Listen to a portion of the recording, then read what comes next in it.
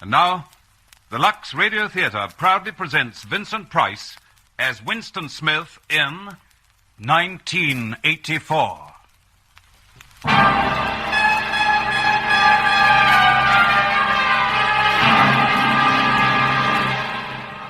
1984. The world is one world, divided into three parts: East Asia, Eurasia, Oceania.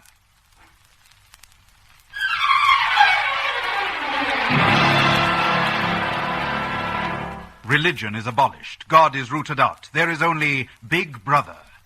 Big Brother is the head of the party. Big Brother is one, indivisible, unassailable.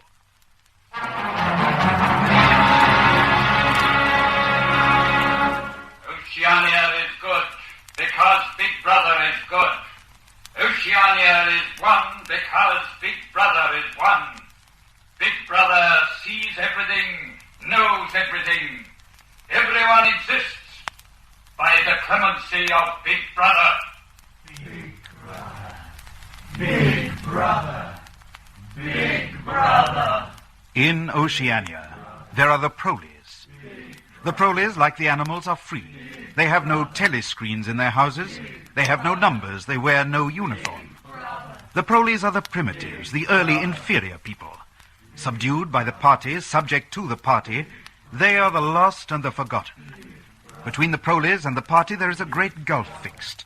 A prole cannot join the party. No party member can retreat to the proles. The party is one, as Big Brother is one.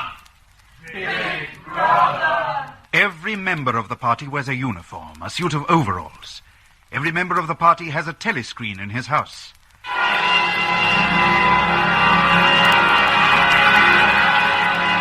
Every member of the party has a number. You there, stand up. In front of the screen. What is your number?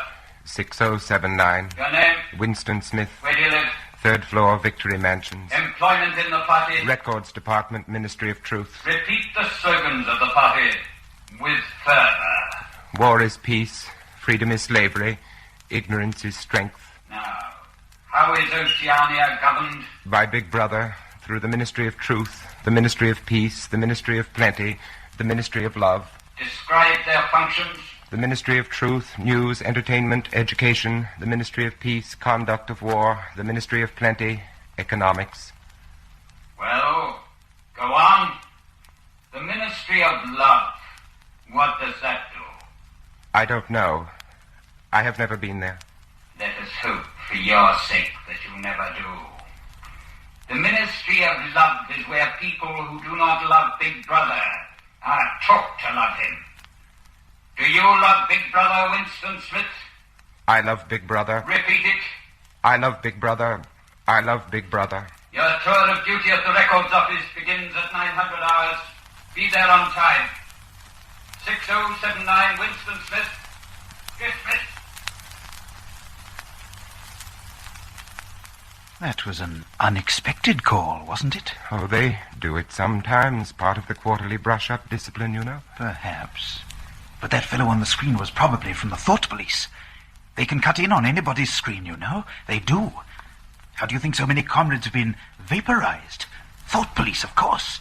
And the home telescreen. They can see you and hear you all the time. But I've got nothing to worry about. I stick to the party rules. I do my job. But you don't think the way the party thinks, do you?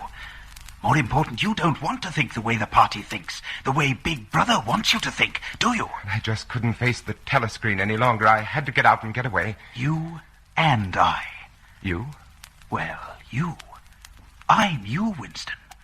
I'm the other you who looks out of your eyes. Yes, you twitch my lips and tingle in my fingertips at the most inconvenient times. But they know nothing about you. They control me like they control everybody else. Then why do you do the silly things you do? What silly things? That book you bought. But it's just an old book with blank pages. What's wrong with that? Nothing. Except they don't make books like that anymore. And if they ask you where you got it, you'd have to tell them at an antique shop in the Prole Quarter. But I just wanted to keep a diary. Nothing wrong in that, is there? No, except you'd find it hard to explain why you wanted to keep a diary. And remember, You're not supposed to go into the Prolly Quarter anyway. I know. The Proleys aren't members of the party. They're just slaves. But will you stop it? I've got enough to worry about as it is. Yes. It's the girl, isn't it? The girl in the fiction department. Yes. Yes, the way she looks at me. The way she stays near me. She's rather pretty. What if you like that sort of thing?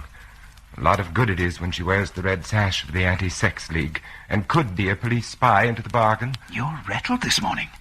Mustn't get rattled, you know. It shows. That's the way they get onto you first. Pull yourself together. There's where you work. There's the Ministry of Truth straight ahead. Smile now, Winston. Smile.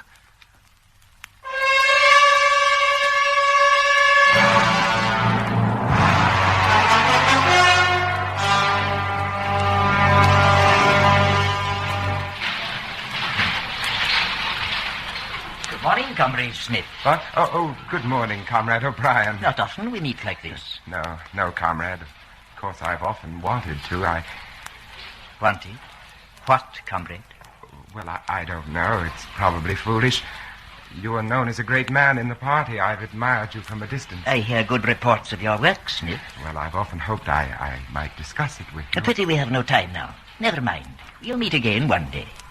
In the place where there is no darkness. In the place where there is no... I beg your pardon, Comrade. Good morning, Comrade. Don't let me keep you from your work. The place where there is no darkness. He said... Never mind that now, you fool. Compose yourself. You're at work. Everybody watches. Everybody listens for Big Brother. Oh, yes. Yes, of course. But O'Brien understands. Yes. Yes, O'Brien understands. You know now that you're not alone. But smile, smile. There's that girl again. Don't let her see. Don't let her guess. Above all, not her. 6079, Comrade Smith. Present for duty. Repeat the slogan of the Ministry of Truth. Who controls the past, controls the future. Who controls the present, controls the past. Does the past exist? Yes. Where? In records and in memories. Which is the more important? The records. Why? The records endure, but memories fade. So? Who controls the records, controls the memory of the people. Are you impressed with the greatness of your task? I am. Then begin, Comrade Smith. This is urgent. Big Brother's order of the day, 17th of the 3rd, 84, contains references to unpersons. Rewrite completely. Unpersons. Oh, I have to be careful about this. Unpersons are always tricky. Even Big Brother can't refer to them. Unpersons don't exist. Oh, let's be frank. Unpersons are persons who've been liquidated, destroyed. Your job is to see that all record of them is destroyed as well. Are they mentioned in the press? Delete their names. Are they shown in photographs? Make a new photograph. Are their voices recorded? Destroy their records. And presto, they do not exist. They never existed. They have no place in memory or history. That could happen to you, too. All personnel will lay aside their work and face the telescreen for the 1-minute hate. You're out of luck. The girl's sitting right next to you. Watch your step now. Make it a convincing hate. Thought police are very shrewd. You are here to hate. You are here to loathe, to despise, to detest with all your being. Whom do you hate? Goldstein. Goldstein. Goldstein. Goldstein is what? Enemy of the people. Saboteur. Traitor. Whom do you hate? The Brotherhood. Goldstein and his Brotherhood. And the penalty for traitors like these? Death. Death. Death. Death. Death. We hate traitors. We love Big Brother. We hate traitors. We love Big Brother. Speak to us, Big Brother.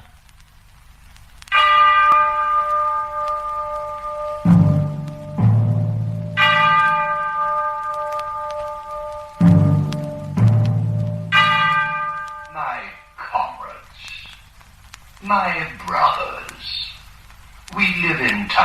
of great peril. We are exposed to the attacks of enemies without and traitors within.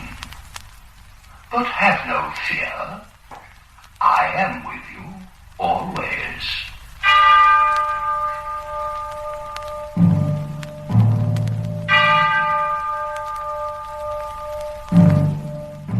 The 1 minute haste is concluded.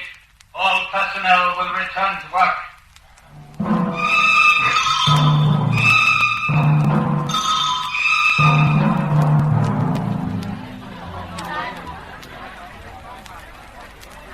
Are you eating with anyone, Smith? Hello, Sime. Well, no. Good, I'll join you. I don't know what they put in this victory gin, but it always makes me do that. Yes, it is rather strong, isn't it? Excellent product, though. Excellent. You seem rather distracted, Smith. Something on your mind? What's that? Oh, no. Nothing on my mind. I was just looking at that girl over there. Yes, she's been looking at you, too. Do you know her? No. Wouldn't help you if you did, would it? She wears that red sash like a banner. It's an odd thing to say. Comes of working in the poetry department. We're editing Kipling now, you know. Quite a lot of banners in Kipling. I understand the Junior Anti-Sex League is one of the favored institutions of the party. Oh, yes, I believe so. You're married, aren't you? I was. Oh? Divorced? Separated. Oh. With the consent of the party. It was apparent we would have no children. The party takes a very wise view of these matters. Of all matters. As you say. Funny, that girl's still looking at you. But I can't help it if she has nothing better to do. Oh, here comes Parsons. He lives near you, doesn't he? Yes, next floor down. He's got a wife and children. You'd better talk to him. I don't think I could. Hello. Hello, comrades. Hello, comrade. Parsons. Oh, I've been chasing you, Smith. What? Yes, it's about that subscription you forgot to pay me. Oh, which one is that? Hate Week. The house-by-house fund. We're going to decorate Victory Mansions. And $2 you promised me. Oh, well, here you are. Thanks. I say, did I tell you about what my little girl did last Saturday? Well, she was out with the junior spies troop near Berkhamsted. They spent the whole of the afternoon following a strange man. They kept on his tail for 2 hours and then handed him over to the patrols. Clever, eh? What was the man doing? Nothing, he says. But my little Millie was smart. She spotted him chipping pieces off the rocks with a hammer. Must have been a saboteur. Well, what happened to the man? Well, I don't know. But I wouldn't be surprised if, you know? That's very good. Of course, we can't afford to take chances. I mean, not with subversive agents everywhere. No, of course. Well, I've got a few more subscriptions to chase up. I'll, see you later. Tell me, Smith, did you ever regret not having any children? And I can't say I've thought much about it. Why? I was just wondering. Parsons seems very happy with his little brood, doesn't he?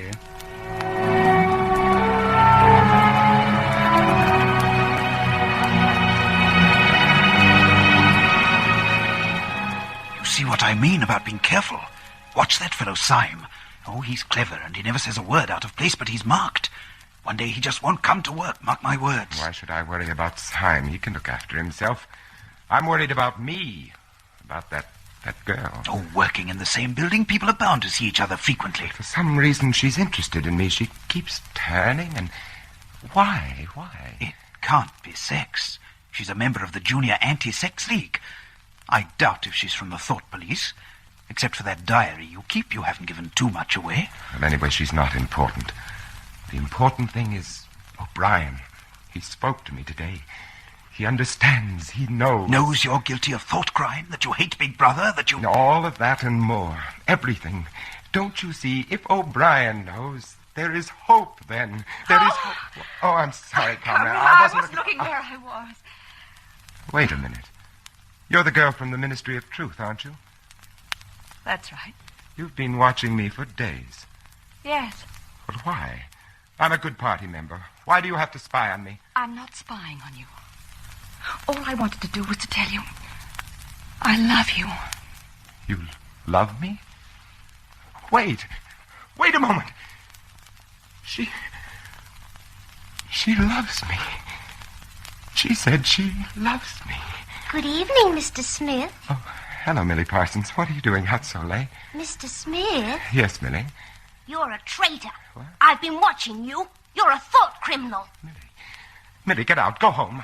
I'll tell your father about this. Smith's a traitor, Smith's a spy. Catch him first and let him die.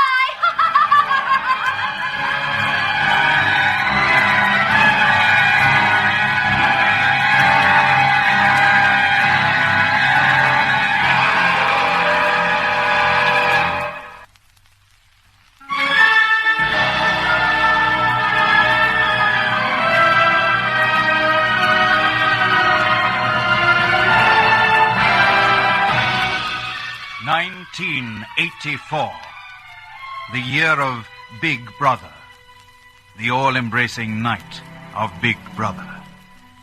If you belong to the party, you are free to attend a party rally, or a party discussion group, or rest briefly, or watch the party entertainers on the party telescreen.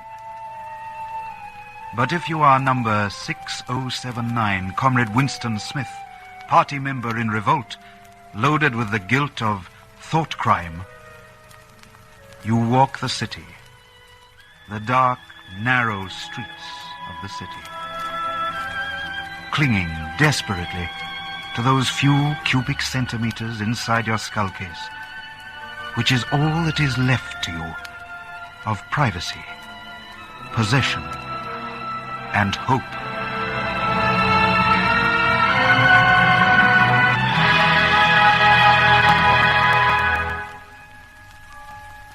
The way she said love made it sound completely personal, private, indestructible. It isn't, you know. It can't be.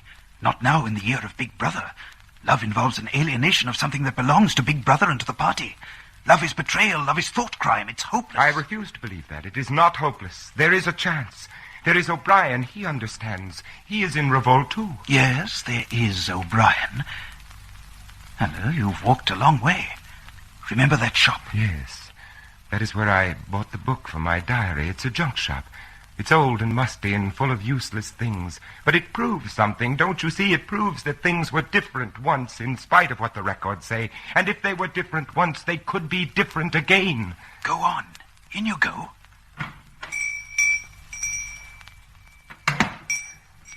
Good evening. Good evening. What can I... Oh, why, of course. You're the gentleman that bought the ladies' keepsake album. Is there anything special I can do for you? I was passing. I just looked in. I don't want anything in particular. Yes, just as well. The shop's nearly empty. Between you and me, the antique trade's just about finished.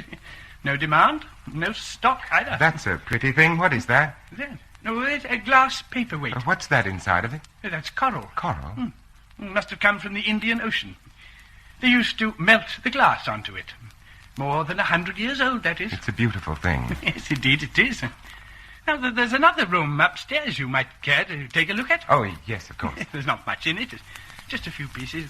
Well, we could do with the light if we're going up.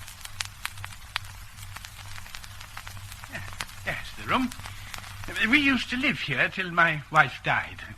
Now I'm selling the furniture off little by little. See, that's a beautiful mahogany bed. There's no telescreen. I never had one of those things, and it's too expensive.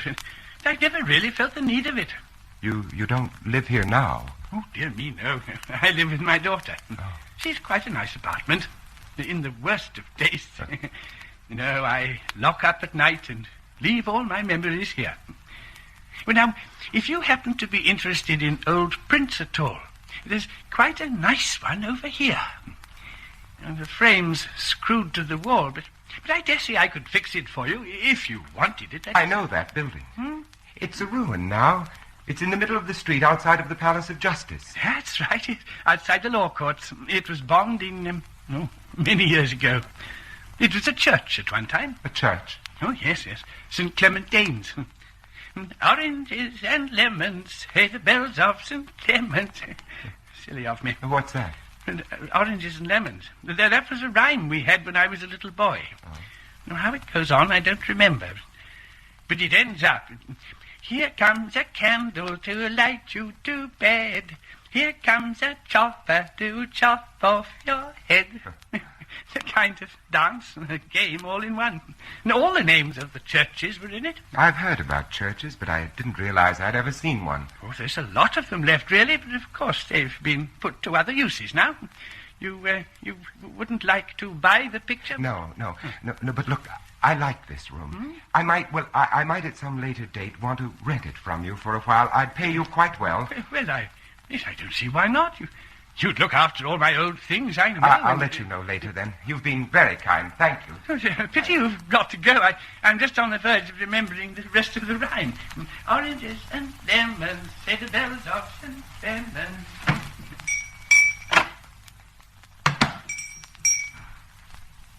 Winston. What? Stop. Don't look round. Just light a cigarette. Oh, this is madness. Do you want us to meet? Yes, of course, but... Next Sunday. Are you free? Yes. Then listen carefully. Now, you'll have to remember this. Go to Paddington Station. Take the train to Ilborne. Yes. Now, when you get there, turn left outside the station. Walk 2 kilometers till you come to a gate with the top rail missing. Now, follow the path and wait for me by the fallen tree. Have you got that? Yes, wait. I'll be there at 1500 hours. I must go now. Now, don't follow me. Just finish your cigarette. But listen, you... I love you. I love you.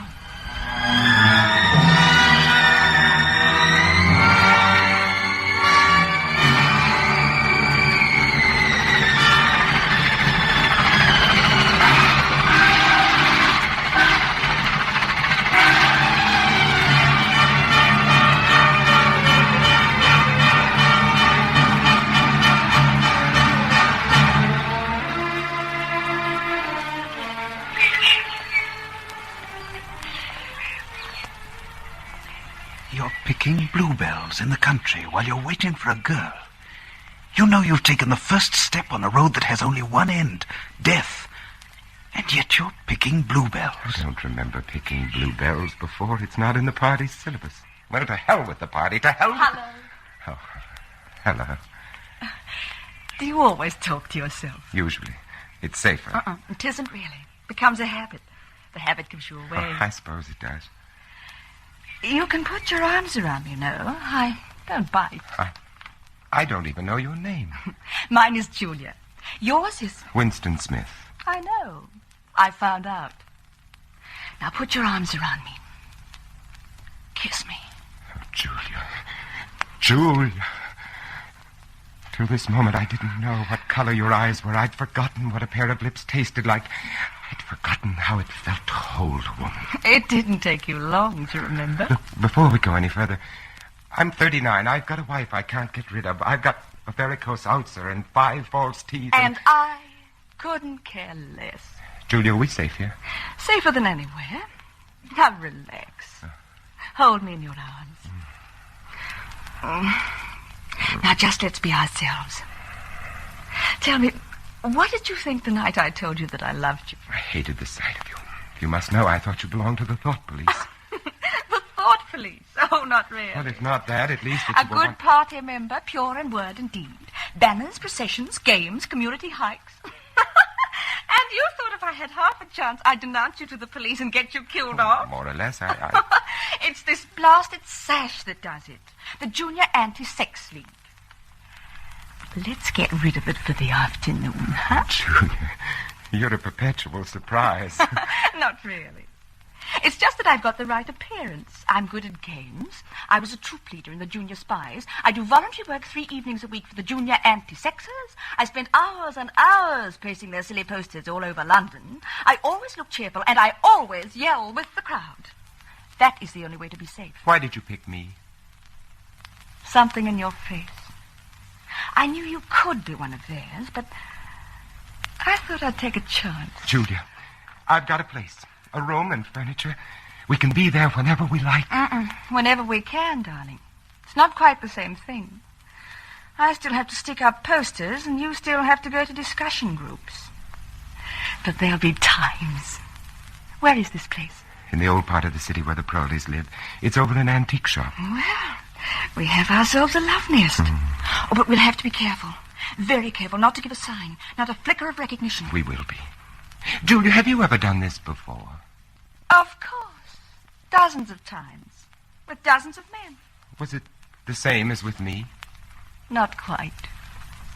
You see, darling, I love you. But the others? 2 reasons, darling. I like it. The party doesn't like it. You make it sound like a political act. That's why they'd arrest us if they ever found out. Love is a political act.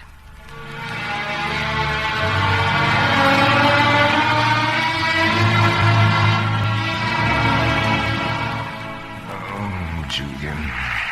Yes, darling. Do you think it was ever like this for everybody? Like what? Being in your own room on a summer evening, talking about things you wanted to talk about. Not worrying about telescreens or thought police. I don't know. I know it's nice now, and we've got another hour to enjoy it. That's all. Would you like me to make some tea? Yes, please. I like this room. Oh! Get out, you filthy brute! What was that? Oh, only a rat. A rat! Oh, it was a big, ugly fellow. I gave him a good fright, though. Oh. Darling. Oh. Darling, what's the matter? Of all the horrible things in the world, I hate rats most of all. But, darling, there's no need to be upset. They're ugly things, unclean things, but that's all. No, they're more than that. They're much more than that. Now, darling. Julie, get rid of it, please. Darling, just lie back. I'll make tea, and then I'll plug the hole. No. Plug up the hole first, please, Julia. All right, darling, of course. Julia, when I was a child lying lonely and awake in the dark, they were voices gibbering in the darkness. Their feet scurried closer, and then retreated only to come again. They touched my face. It was more horrible than the touch of a dead hand. I've never got over that feeling. Ever since that night, I've lain awake and screamed soundlessly for hours. Whenever I heard the small, pattering feet of a rat. I'm all right now. Darling. Darling, what's this picture?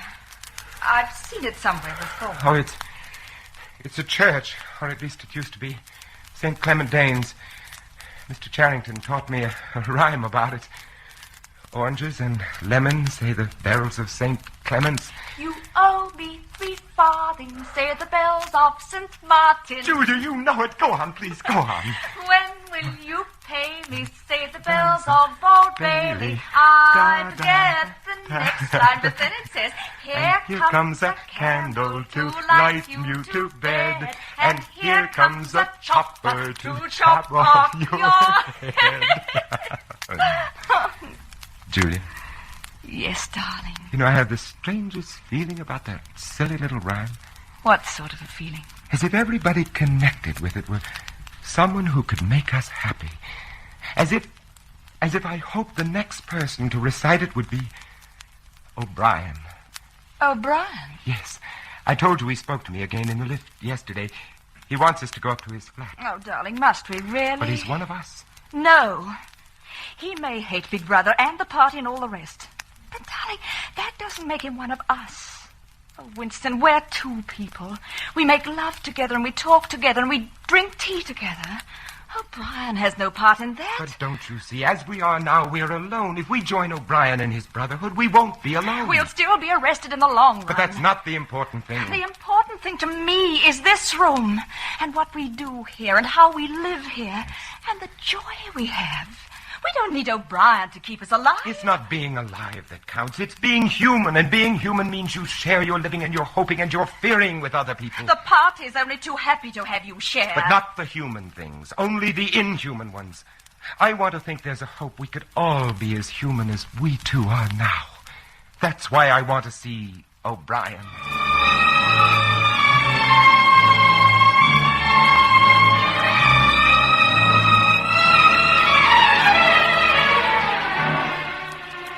I know your names, you know mine. I'm O'Brien. We may dispense with introductions. Pardon me while I switch off the telescreen. Can you really switch it off? Members of the inner party have that privilege. We are... Alone? Yes, we're quite alone. Well, Julia and I believe that there is some kind of a secret organization working against the party. We believe that you are involved in it. We want to join it and work for it. We are enemies of the party. We are living together. We are thought criminals.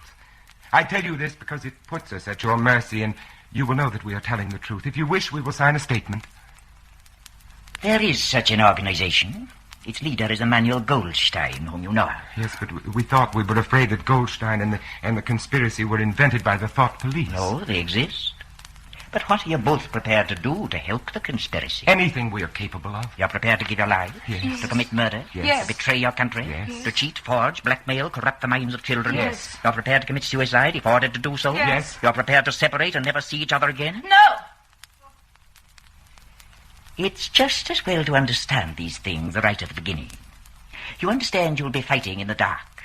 You'll receive orders and obey them without knowing why. Sooner or later, you will be caught and tortured, and you will die. You will never know whether your work has served a single good purpose.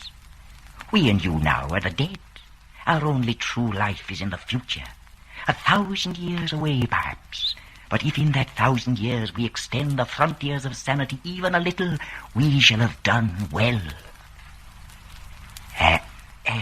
You have a hiding place? Yes, in the old quarter, a room over an antique shop. The proprietor is called Charrington. That will do for the moment. Later, we shall make other arrangements, give you more definite instructions. Now it is time for you to leave. Then we are accepted? Yes, you are accepted. Have you any more questions? Only one. Do you know an old rhyme called The Bells of St. Clement's? Yes, I think so.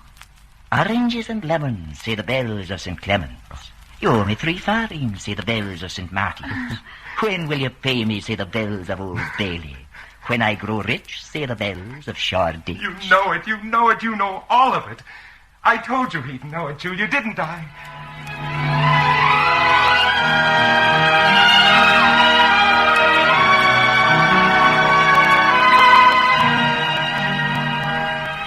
Oh, Julia. What, darling? It's nearly time to get up. Oh, I don't want to get up. Oh, neither do I. You know what I was remembering just then? No. You remember that thrush that sang to us the first day in the wood? Oh, he wasn't singing for us, just for himself. Not even that, he was just singing. That's what I mean. I wonder if we will ever see the day when we'll be just singing. No, I doubt it.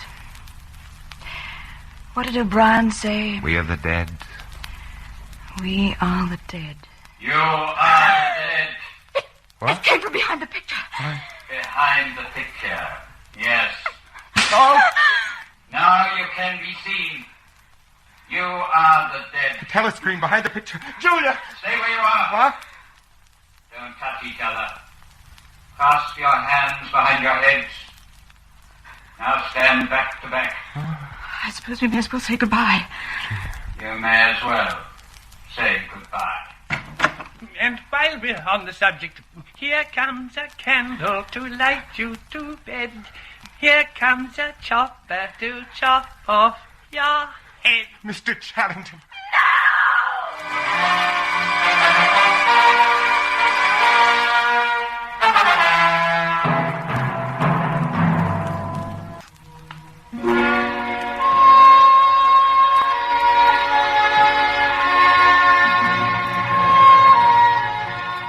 1984, the year of the revolt of Winston Smith against Big Brother and the party of Big Brother.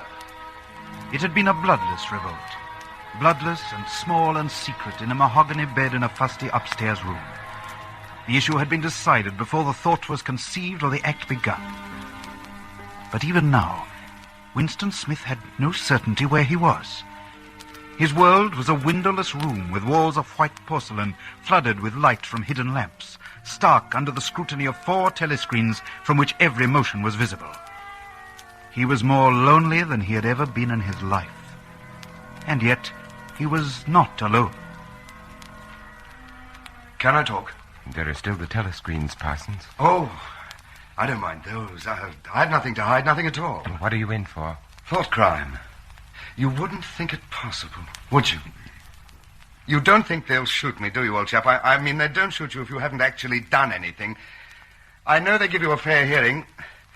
They'll know my record, won't they? You know what kind of a chap I was. Not brainy, of course, but keen. I'll get off with 5 years, don't you think? Or 10? A chap like me could make himself pretty useful in a labor camp. Are you guilty? Oh, yes. Oh, yes, I'm guilty. You don't think the party would arrest an innocent man, do you? Thought crime is a dreadful thing, old man. It's insidious. Do you know how it got hold of me? In my sleep. Yes, that's a fact. Never knew I had a bad streak in me, and yet there it was. How did you find out? I started talking in my sleep. Yes. They heard me shouting, "Down with Big Brother." Who denounced you? Well, actually, it was my little daughter. She listened at the keyhole and heard it, nipped off and told the patrols next day. Pretty smart, eh? And she's only 7.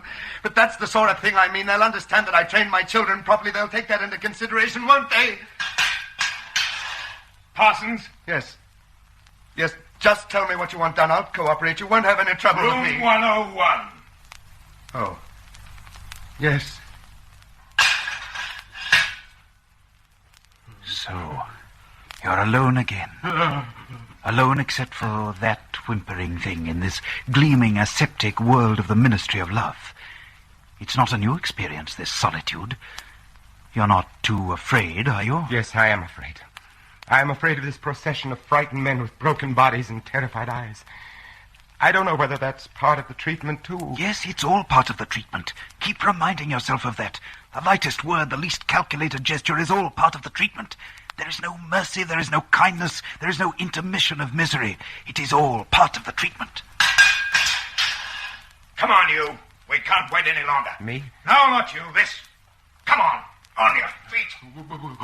Where are you taking me? Room 101. No! Don't do anything but that. You've been starving me for weeks. Finish it off and let me die. Shoot me. Hang me.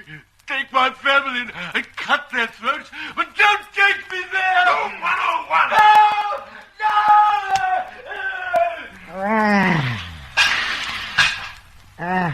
Smith, take your hands away from your face.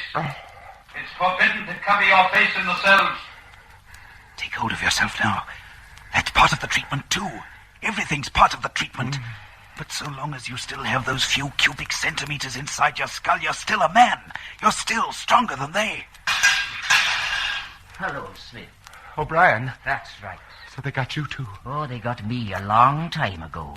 You mean you are one of them? Don't deceive yourself, Winston. You knew this a long time ago now, didn't you? You've always known it. I told you myself we should meet like this, in the place where there is no darkness. Now that we have met, we are going to make a new man of you, Winston. A new man.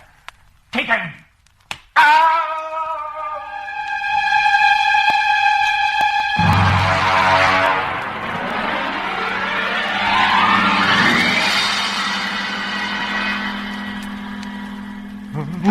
You see how it is, Winston. Pain itself and suffering is no longer a chance, an accident. It is a calculated process, a thing measured and graduated and controlled.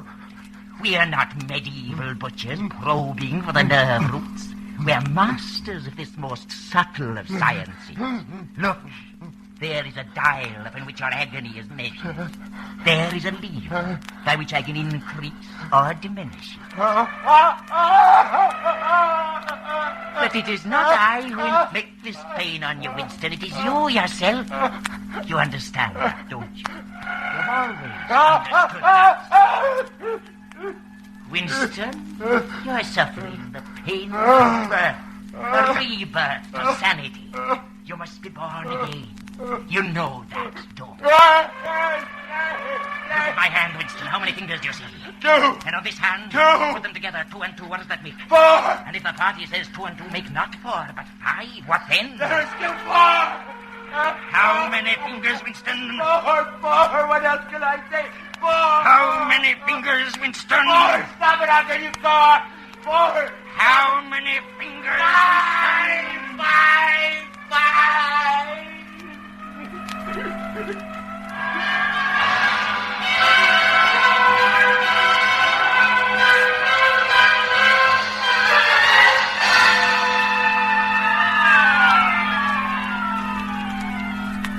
Do you know where you are, Winston?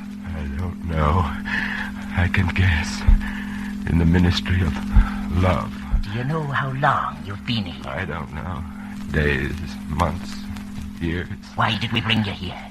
To punish me, to make me confess. No, Winston, not that. Not the small tasks of punishment and confession. What could you tell us that we don't know already?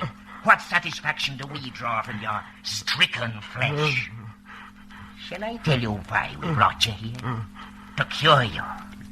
Cure me of love for a woman. Love. Love is a word, an obsolete word. There is no love. Only a biological act. Cure me of what, then? A false and foolish thinking. We don't want martyrs, Winston. We want disciples. Willing disciples.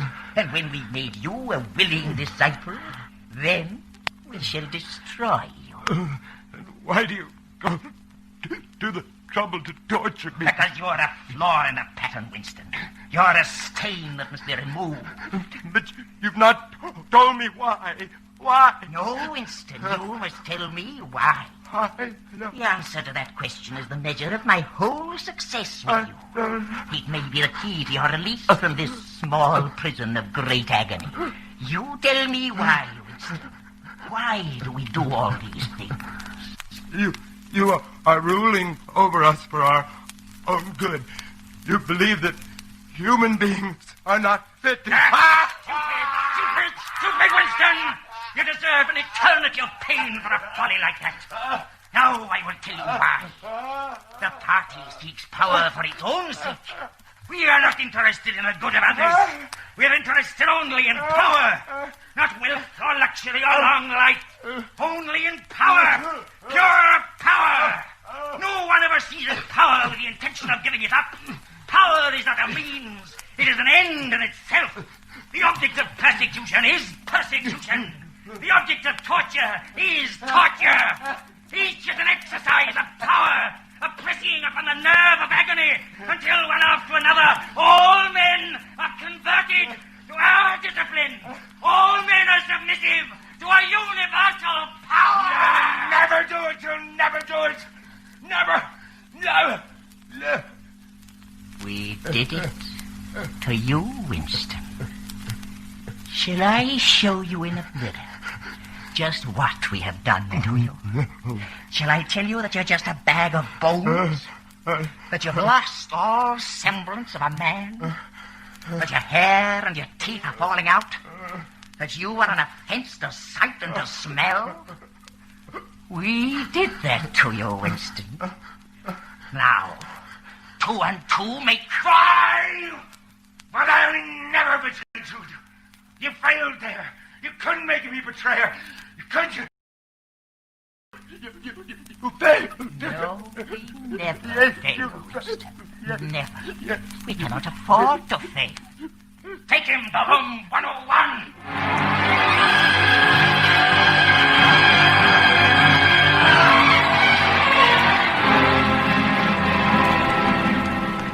So this is the end of horror. This small room down in the bowels of the earth. I'm strapped to a chair, tightly, so tightly that I cannot move. I cannot retreat inside my skull case. That does not belong to me anymore. It has been entered and possessed and garrisoned by O'Brien. There is no retreat left anymore. I am faced now with the ultimate agony. I am in room 101. You asked me once, Winston, what was in room 101. You knew the answer, though. You wouldn't admit it. No. Everybody knows it, really. The thing that is in room 101 is the worst thing in the world. The worst thing in the world, of course, varies from person to person. For some, it is burial alive. For some, it is death by fire. For some, it is quite a trivial thing. In your case, Winston, it is rats. Oh, no. Take them away. Keep them away from me. You can't do this to me. You can't do You this. have not yet surrendered to me, Winston. How can I surrender if I don't know what you want? I've answered all the questions, haven't I? I've learned all your lessons, haven't I? Take them away. Please, take them away. Rats are starved, Winston. They will eat a man alive. Stand, rats. I can use them on you, or I can use them on Julia. You have your choice now. Which? Use them on Julia. I don't care. I don't care what you do. But don't let them near me. Don't let Julia suffer now. Let her. There now, Winston. It's over now. There isn't any more. It's all over now.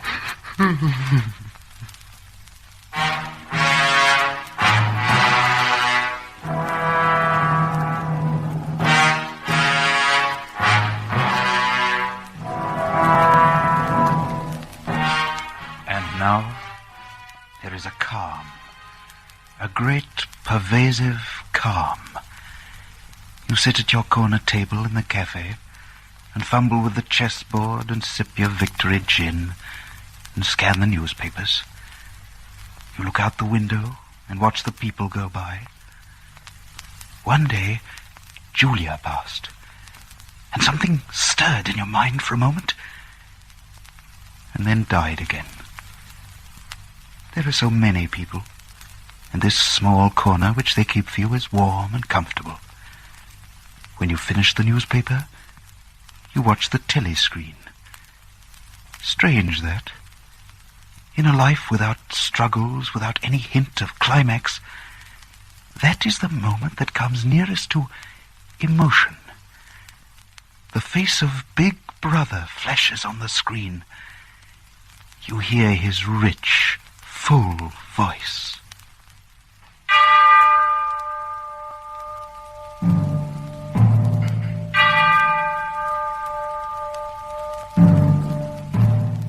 My comrades, my brothers, we live in times of great peril, but have no fear. I am with you always. My care and my love reach out to you wherever you are. And we love you, Big Brother. We love you. We have erred. We've been punished. And you have taken us back. We love you, Big Brother. Love you. Love you. Love you.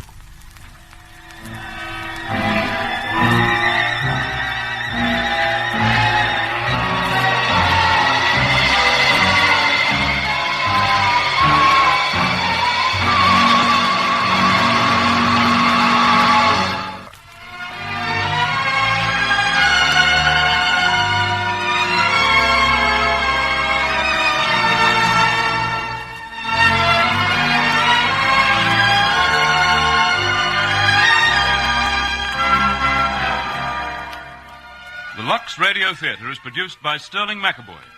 1984 was adapted from George Orwell's novel by Morris West. Tonight's play was directed by Paul Jacklin.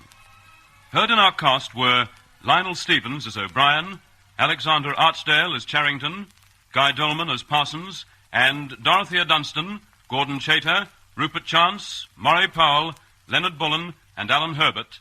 David Netheim was heard as the narrator. Margot Lee played the role of Julia, and as Winston Smith, you heard our distinguished Hollywood star, Vincent Price.